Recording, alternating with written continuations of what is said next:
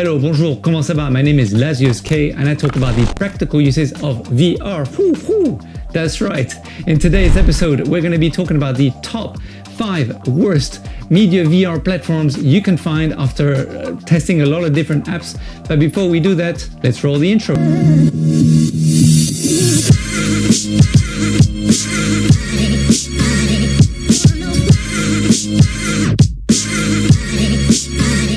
Welcome back. Remember to like and subscribe, share some love as usual so that you and I together we can grow the community and get as many people and help as many people in VR as possible. Yeah, that is what it's all about. So today we're going to be talking about the top 5 worst VR media players, and I'll tell you why.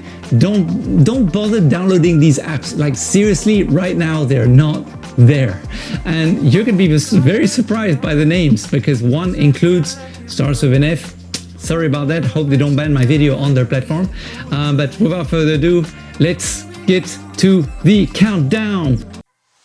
Number 1, Amaze. Amaze, unfortunately, they tried to do something really cool. They really tried to follow VIP Gala, who produce amazingly crisp, clear kind of footage. But what I really didn't like about Amaze was the fact that most of their content is shot in VR 180 and not 360. I like to look around, look backwards, on the left, on the right.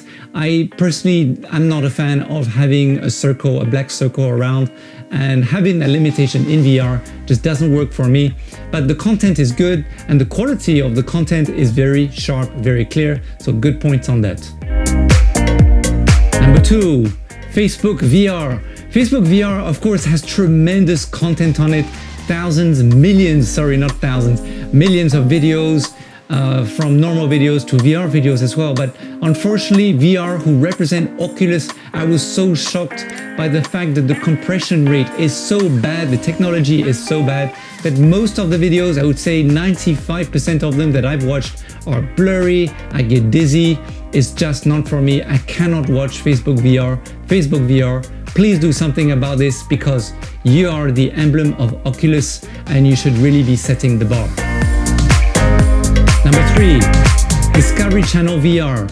Now what I really like about Discovery Channel is the fact that they have a lot of content there. Content is not missing and it's all very cool content, very educational and very immersive. But again, the quality is very blurry. I get dizzy a lot. A lot of it seems like they shot it maybe years ago before VR was really where it is today.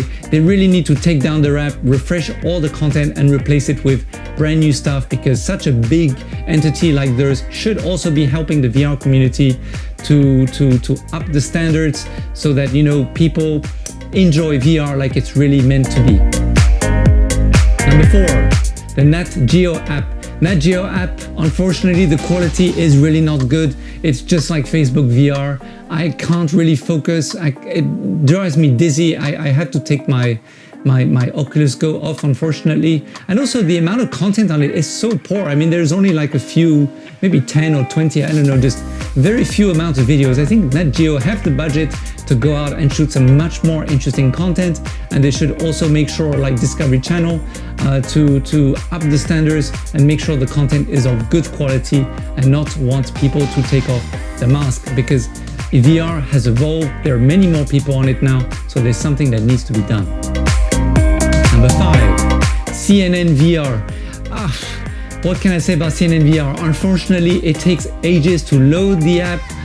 Similarly to NatGeo, there's always something stopping. The frame rate doesn't continue. It drives me crazy when a video just stops and then it starts and then it stops and then it starts. It's just not something that should be happening in today's technology. The compressed rate is too compressed. CNN VR did not do a good job on the quality. A lot of the content is really old. It's a news channel, so news should be refreshed at least weekly. It shouldn't be refreshed yearly, right? And CNN have tremendous, huge budget. There's no excuse for this. They did a great job in terms of the UI with the animation and the way you choose you select your content. It moves everywhere. It's very futuristic, but it's a lot of fluff. I'd much rather just have very simple UI, click on it and go into the video, and the video is crisp, clear, immersive, and it's really something I want to use more. So CNN, you have to do a much better job on that. Alright, so in today's video, we looked at the 5 top worst performing media platforms used in VR that frankly, at this moment in time, there's no need for you to download it, as I mentioned at the beginning of the video. It's just going to take space in your Oculus and you're not going to use it. So I will review again these apps in about 6 months time, see whether they've made any progress, and I'll also try to contact their company and their developers to see if they're actually looking to expand, looking to do something, because at least if they're trying to increase and expand and make the standards better for the industry as a whole, then we know we're on the right path. If they're not, then of course, then they just gave up and other content providers are going to take over and potentially be the next generation of content providers and make those really, really big guys obsolete, or at least not the platform that people will really use that much. All right, until next time, thank you again very much for watching. Remember to like and subscribe, comment below, all your ideas and suggestions so that I can go out there and create the content exclusively for you. And let me know if there's any other apps that you use that are really good, where you get really good content in VR, so that I can review those and share those with the community. All right, take it easy, DJ. Cue music.